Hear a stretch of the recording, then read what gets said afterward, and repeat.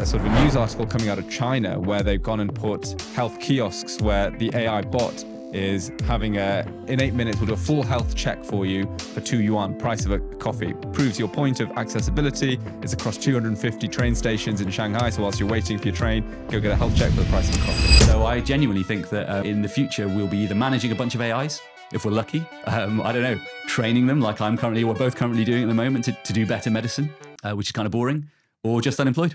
Turing Institute did a survey of doctors in the UK, and they said 1 in 4 already use AI for their healthcare work. When you come into healthcare, that is every consultation has that risk attached to it. Yeah. And the idea of hallucinations, which is when AI makes stuff up, it tells you, absolutely, this is the way to do this with complete certainty. Yeah. Nothing is ever black and white in medicine. Still so many unknowns that I think for a while longer, I don't see AI doing the complex parts of doctors' jobs on its own. So then the final question, I think probably the most likely thing for me to accept as a con is liability. So is Sam Altman or Elon Musk going to be responsible personally or in a corporate way for a mistake that a chatbot makes in the future? Welcome to Delhi Belly. Today, we're going to be touching on a very controversial topic, something that may put both of us out of a job, and that is this idea of AI doctors. And we're going to be talking about this in a debate because I think there are two sides of the argument, the pro and the con. So, Dr. Joshi, why don't you take the pro argument, and your phrase is that consultation with AI bots like ChatGPT can outperform doctors to provide scalable, affordable medical care. Yeah, that's just true. It pains me to say it, but frankly, I think over the next 20 to 30 years, you and I are just on the chopping block in the way that we do our job traditionally as we do at the moment. People who have trillions of dollars at their disposal, people like Elon Musk are saying going to medical school is a waste of time. And even if it is not necessarily true now, there is an enormous industrial, commercial interest in this specific area that means that some of those things are going to end up being true within our lifetimes, definitely within our careers. So you get ready to work for an AI consultant who tells you what to do. More seriously, I think if you've seen the behaviors of a couple of the more recently released versions of artificial intelligence chatbots, so I'm talking about Claude and OpenAI's, so two different companies, online kind of health platforms, where you can upload your entire medical record to those medical platforms and then get analysis and response back.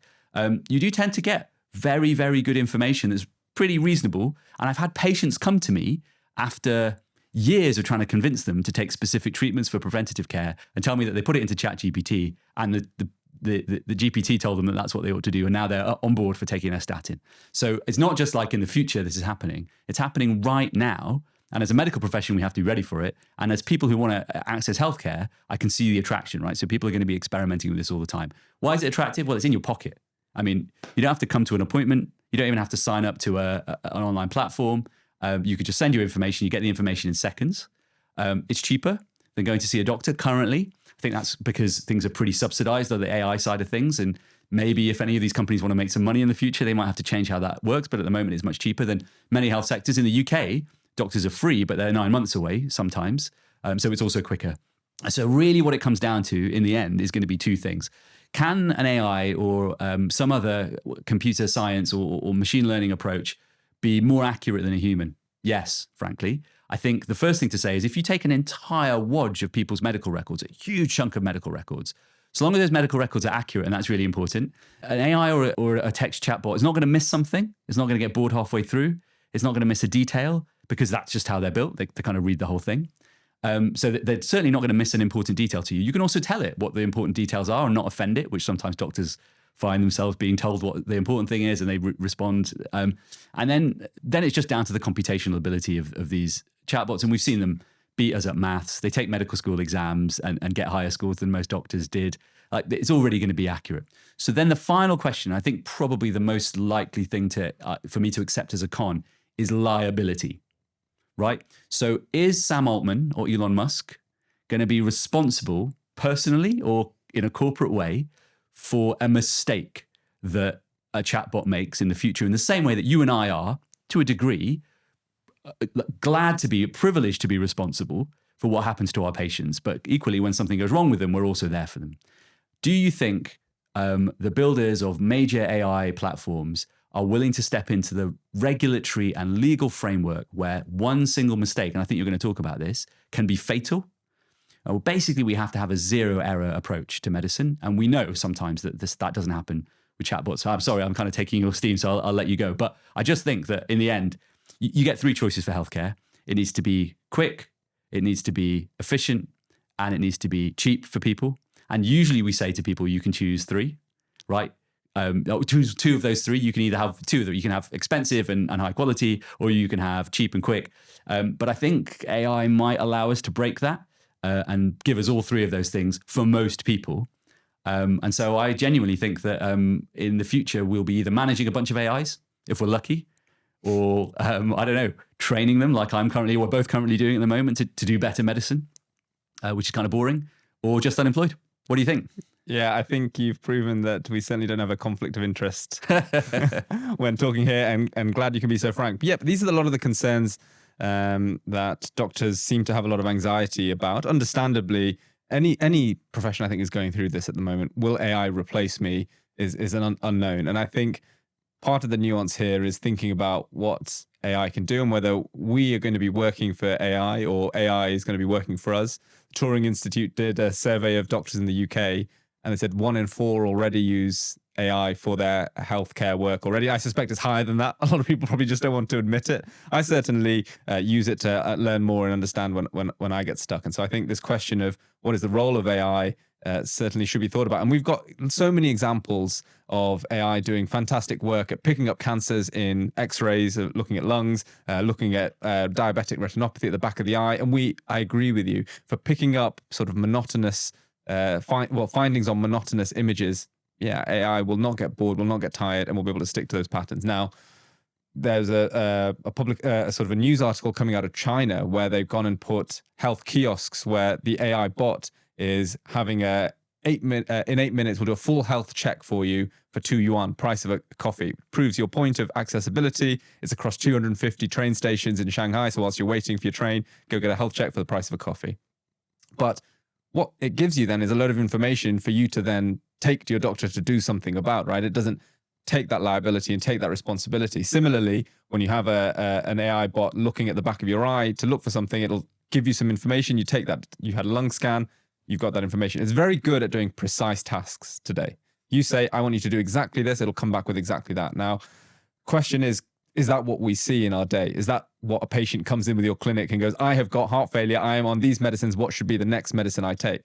It's often a lot grayer than that. And a French study looking at 15,000 participants who went to A&Es across the country, they randomized them to either see a person or see a AI bot in the first instance to do triage to say, is this serious or not? And they took patients who'd had abdominal pain, who'd had blackouts, who had fever of unknown origin. So a lot of the common challenges that we find difficult to say, hold on, is this serious? Is this nothing? Is this somewhere in between? And they found that there was no difference in the outcomes between that. So on a very large scale, looking at the complex patients, which we struggle with, AI did no better. So at the moment, looking at undifferentiated patients, it didn't do better. And that is also, you are undervaluing the additional skills that you have of reading between the lines. If a patient comes in and talks about X, Y, and Z, what they may be talking about is something completely different. And your skill is also to pick that up and read between the lines. So there are a lot of these human components that I think in complex patients or in the nuanced situations, it can't do. And I certainly see in that model, humans were using AI to deliver the best care. I think the other way around, we will run into a lot of issues. And going back to then your final point about liability, absolutely. Look at how the autonomous driving is going for Elon Musk at the moment. And that is driving cars and of course having fatalities as a result of that. When you come into healthcare, that is every consultation has that risk attached to it. Yeah. And the idea of hallucinations, which is when AI makes stuff up, it tells you, absolutely, this is the way to do this with complete certainty. Yeah.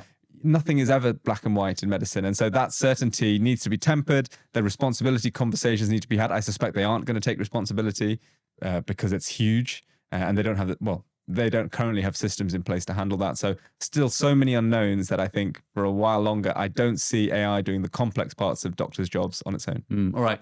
Well, I think that's probably true. Just one quick question though. That embedded AI in the A&E, in the emergency department, you said it didn't do better than humans, but did it do worse? It didn't do worse, but Okay. So, and I just want to tell you about the Penda healthcare study. Have I told you about this before? No. Amazing. Penda Health, it's an OpenAI study embedded in a Kenyan healthcare service. Okay. Where early on in your healthcare training, you're kind of out there as a primary physician. So the first doctor you see is often someone who's not a huge amount of experience and maybe not done a lot of medicine, having come through the medical school in Kenya. So an OpenAI chatbot, so not even a specific healthcare focused one, but one that was kind of trained a little bit, was embedded in the electronic healthcare record. So the doctor types in what they think and they save it. And then ChatGPT, basically with a bit of medical help, reads what they've said. And then it codes what they've said as red, amber, or green, right? Green if they've done a great job, amber if they need to do something a bit better, red if they're taking a risk. And they did that for about 6 weeks across a group of doctors working in this specific healthcare system. So AI embedded in a healthcare system already, a part of the treatment for patients. And what they saw, they externalized the judgment. So they had senior doctors checking whether they agreed with the AI at the same time. What they saw was a gradual reduction in the number of bad decisions or poor management decisions or just bad documentation that individual doctors made in this system, so that there were fewer errors, right? Or fewer perceived errors, fewer high-risk situations where they'd given the wrong drug or they made the wrong diagnosis or missed something. And just overall, therefore, you'd expect better healthcare. And that happened for 90% of all doctors, right? But the 10% worst doctors got worse. So either they gave up listening to the computer or they just couldn't work out what to do with the feedback. It was not entirely clear. But 90% of doctors improved in a line and got better. The best ones had no errors by the end of it. They clearly worked out how to game this machine or AI. But the worst 10% of the doctors, the ones that started off with the most errors in their work, ended up with even more errors in their work. And if you're looking for who's going to get made unemployed by AI bot, it's immediate. It's right there in front of you, right? You found the worst 10% of doctors because it measured how many errors were made by each doctor, and then they didn't respond to the training. You found a group of people that are going to be made redundant by an AI, which is what we were talking about at the beginning. So I think it's not just coming, right? It's happened. Okay, we're talking about it happening in places like China and Kenya. And one of the reasons why we talk about it happening in those sorts of places is because healthcare is harder to access. But there is no reason to think that, firstly, in India, that's not the same. Mm-hmm. And I know that our podcast's about Indian and South Asian health. And secondly, that just because it works better than a doctor trained in India, maybe, or definitely a doctor trained in Kenya, or perhaps the availability of healthcare checks in China, that we can't see things adapt to our marketplaces at our market costs. So I think it's coming. They're coming for us. And I think we've known that for a long, long time. I think the question for you and I, and for our audience, is how do you integrate that into good healthcare for you? How do you make sure you're getting good outputs? And at the moment, I think that's checking it with an experienced physician.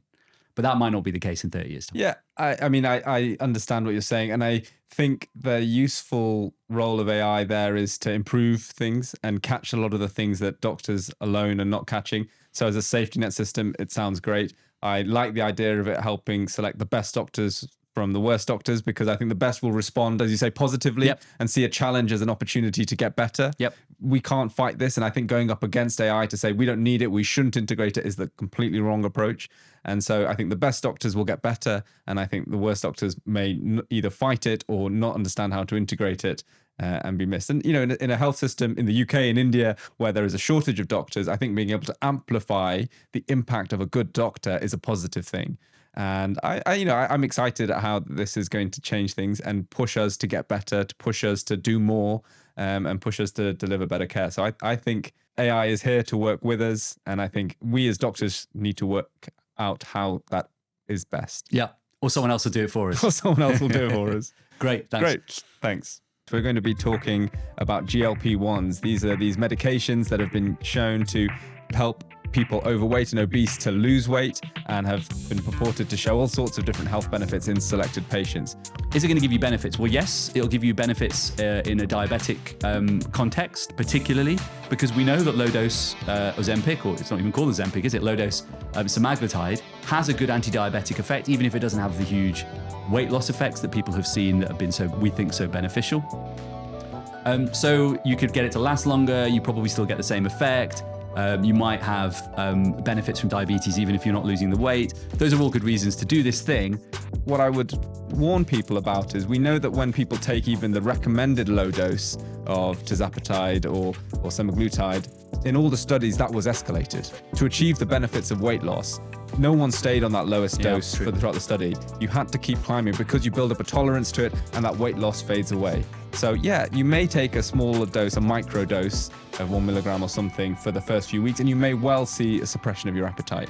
But you're only going to go one way if you want to try and sustain that benefit, and that means you're going to have to keep climbing from micro doses to macro doses and get there anyway.